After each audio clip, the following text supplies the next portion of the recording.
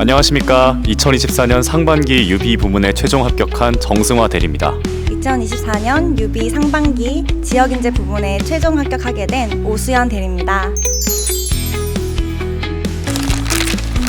KB는 리딩뱅크이기 때문에 지원하게 됐습니다. 국민은행은 개인과 기업대출 부문에서 모두 자산규모 1위를 달성하고 있는 기업입니다. 최고의 은행에서 최고의 전문가로 성장하고파 지원하게 됐습니다. 고객님들의 자산을 관리해드리는 은행원을 하려면 고객님들을 가장 잘 이해하고 있는 국민은행에서 일하는 것이 맞다고 생각했습니다. 고객님들에게 가장 사랑을 받는 은행인 만큼 많은 데이터와 노하우를 지니고 있기 때문에 종합적인 자산관리 실현이 그 어느 것보다 가능할 거라고 생각해서 지원하게 됐습니다.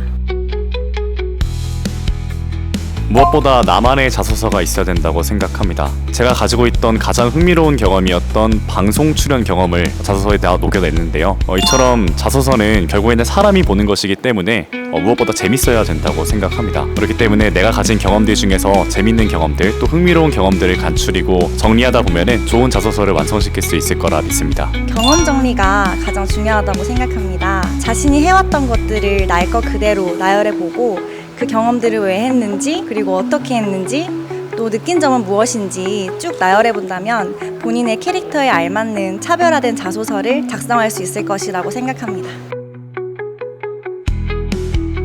최대한 솔직하게 답변하려고 노력했습니다. AI가 요즘 정말 발달해서 조금만 거짓말을 해도 거짓말을 한다고 바로 탐지가 됩니다. 그렇기 때문에 AI 여검에서는 게임이든 또는 인성검사든 최대한 솔직하게 답변하는 것이 제일 중요하다고 생각합니다.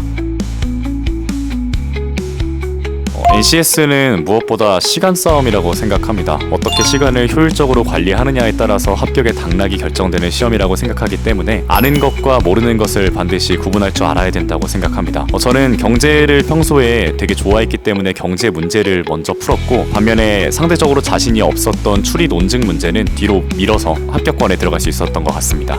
NCS 같은 경우는 시중에 문제집이 매우 많습니다. 기본적인 기본서를 사서 풀어보고 그 이후에는 모의고사를 돌리면서 준비하는 것이 좋다고 생각합니다. 또한 스터디를 하는 것도 추천드립니다. 국민은행 필기시험 같은 경우는 시간 대비 문제수가 많은 편이기 때문에 스터디원과 시간 관리를 잘 하면서 문제를 푼다면 좋은 결과 있을 것입니다. PT 면접을 준비했을 때 꿀팁은 평소 은행과 경제 관련해서 리포트를 격주로 2회 작성했었습니다. 그러다 보니까 은행의 상품 또 은행의 부서 또 은행이 어떻게 이익을 창출하는지 지금 현재 거시경제 상황은 어떻게 흘러가는지에 대해서 많이 알 수 있었기 때문에 PT에 어떤 문제가 나오든 자신 있게 답변할 수 있었던 배경이 됐던 것 같습니다. 은행별로 나오는 금융지주 보고서들을 보는 것이 큰 도움이 됐습니다. 보고서에는 최신 금융 트렌드나 이슈들이 잘 정리되어 있기 때문에 보고서들을 본다면 PT 면접을 충분히 대비하실 수 있습니다. 1차 합격 발표를 보자마자 바로 스터디를 구했었습니다. 그래서 PT나 또는 세일즈 면접 같은 경우에는 평소에 혼자서 준비하기가 어렵기 때문에 팀원들과 같이 직접 면접관과 또 면접자의 역할로 나누어서 세일즈 면접을 준비했던 것 같습니다. 국민은행의 상품 설명서를 참고하면 많은 도움이 될 것입니다. 또한 어떤 상황에도 당황하지 않고 침착하게 응대할 수 있도록 그런 연습들을 많이 한다면 훨씬 도움될 것입니다. 경험 면접은 무엇보다 저를 알아야 된다고 생각합니다. 저를 알기 위해서 저는 제가 1살부터 26살까지 어떤 삶을 살았는지 인생의 중요한 사건은 뭐였는지 또 내가 어떤 걸 느꼈는지를 적었던 나 일대기를 써본 적이 있습니다. 저에 대해서 조금 더 알게 됐고 그러면서 어떤 면접이든 BI 면접에서는 조금 더 자신 있게 답변할 수 있었던 원동력이 됐던 것 같습니다. 저는 솔직함이 가장 중요하다고 생각합니다. 내가 어떤 가치관을 갖고 있고 어떤 경험을 했는지 면접관분들에게 솔직하게 답변한다면 좋은 결과로 이어진다고 생각합니다.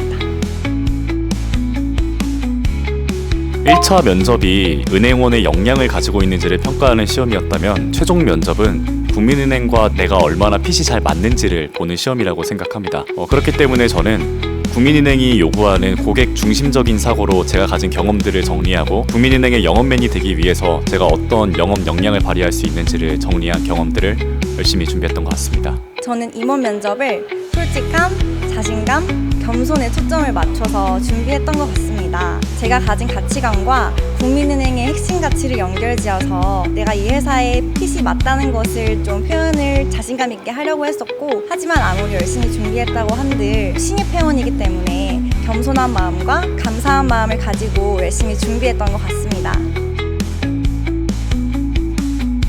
저는 자격증을 4개 취득하고서 들어왔습니다. CFA 레벨 1, 신용분석사, AFPK, 투자자산 운용사를 취득하고 들어왔는데요. 사실 이런 자격증을 가지고 있음에도 여러 개의 면접에서 탈락했던 만큼 자격증이 합격의 당락을 결정한다고는 믿지 않습니다. 하지만 은행권 취업에 도움이 되는 자격증으로는 아무래도 그런 관심이 있다를 어필하기 위해서 신용분석사나 AFPK 정도 취득하면 좋을 것 같습니다. 네, 어학 점수도 토익 점수를 가지고 있었습니다. 토익 점수는 900점대였습니다. 저는 사실 굵직한 금융 자격증은 없습니다. 동기들 같은 경우는 AFPK나 신용분석사, 투자자산 운용사를 많이 취득하시는 것 같습니다. 하지만 자격증이 없다고 해서 기죽지 마시고 열심히 도전해보시면 좋겠습니다. 저도 합격했듯이 정성적인 요소도 중요하게 평가하기 때문에 자신 있게 도전하신다면 꼭 붙으실 수 있을 겁니다. 저는 다른 은행에서 인턴을 한번 경험을 하고 또 이번 은행에 지원을 하게 됐는데요. 인턴 경험이 있다고 무조건 합격을 한다 그런 건 아니지만 그래도 관련 인턴을 경험했을 때 은행 자소서를 작성한다거나 또는 면접을 준비하는 데 있어서 굉장히 도움이 많이 됐다고 생각을 합니다. 국민은행 합격 후에 제 친구들과 가족분들이 너무 좋아해 주셨습니다. 저희 부모님 같으신 경우는 국민은행에서 합격 후 전달되는 그런 꽃바구니를 카카오톡 배경화면으로 해놓으실 만큼 저를 자랑스러워 하셨기 때문에 앞으로 더 잘해야겠다라는 생각이 들었습니다. 네, 부모님하고 친구들에게 먼저 소식을 알렸는데 정말 기뻐했던 모습이 기억에 남습니다. 합격 발표하고서 다음 주에 은행장님께서 꽃바구니를 집으로 보내주셨는데 부모님께서 눈물을 훔쳤던 모습이 기억에 남습니다. 끝이 아니라 새로운 시작처럼 느껴집니다. 국민은행은 아무래도 순환근무다 보니까 영업점에 오래 근무하는 환경도 아니고 또 제가 원한다면 영업점에서 근무할 수도 있고 본점에서도 근무할 수 있고 또 본점의 다양한 부서에서 언제든지 근무할 수 있는 여건이 갖춰져 있습니다. 그렇기 때문에 이 취업을 했다고 한 부서에서 오랫동안 일하는 그런 끝이 아니라 앞으로 내가 어떻게 미래를 설정하고 나아갈지 계획하는 새로운 시작같이 느껴집니다. 선배님들도 동기들도 모두 따뜻하고 좋으신 분들이어서 어떤 어려움이 있어도 함께 헤쳐나갈 수 있고 향후에 영업점에 가서도 멋진 선배님들을 보며 배워나갈 수 있기 때문에 되게 자부심을 느낄 수 있는 회사라는 걸 느꼈습니다. 아까 인생이 점처럼 느껴졌다고 말을 했는데요. 인생은 선입니다.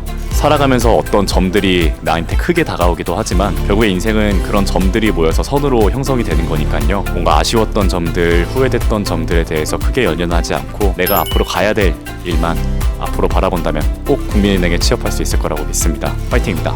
취업을 준비하면서 내가 합격할 수 있을까? 라는 그런 막연한 불안감에 저도 오래 시달렸었습니다. 하지만 꿈을 향해 끊임없이 포기하지 않고 노력한다면 반드시 그 꿈은 이루어진다고 믿습니다. 그러니까 자신감 가지시고 꼭 후배로 만나 뵀으면 좋겠습니다. 화이팅! 2024년 하반기 국민은행 채용 화이팅!